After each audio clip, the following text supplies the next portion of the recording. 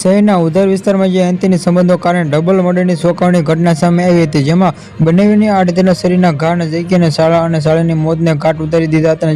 જ્યારે વચ્ચે બસાવવા પડેલી સાસુના શરીરના હુમલા દીધા ગંભીર હાલત સારવારથી હોસ્પિટલ ખસેડવામાં આવ્યા છે. જે મામલે પોલીસ આરોપીને ઉંગના સ્ટેશન ઝડપી પોલીસ કાયદેસરની કાર્યવાહી હાથ ધરી છે. સાળી સાથે લગ્ન કરવાની જીદ કરવા તો બનેલી બંનેઓને મૂળ ઉત્તર પ્રદેશના પ્રયાગના વતની સંદીપ ગોટમાં 32 જલારામ નગરમાં, જેમાંથી પોતાના આ પત્નીને 3 સંતાનો રહી છે, જેમાં 4 ઓક્ટોબર પછીની સાળીમાં અને જે નીચે સુરતમાં જે હતા ત્યારે આ નીચે ડિસેમ્બરના લગ્ન થયા હોવાની ખરીદી કરવામાં પરિવાર સુરત આવ્યા હતા. જે સંદીપે પોતાની પત્ની સાથે છૂટાછેડા લઈને સાળી મમતા સાથે લગ્ન કરવાની જીદ કરી હતી.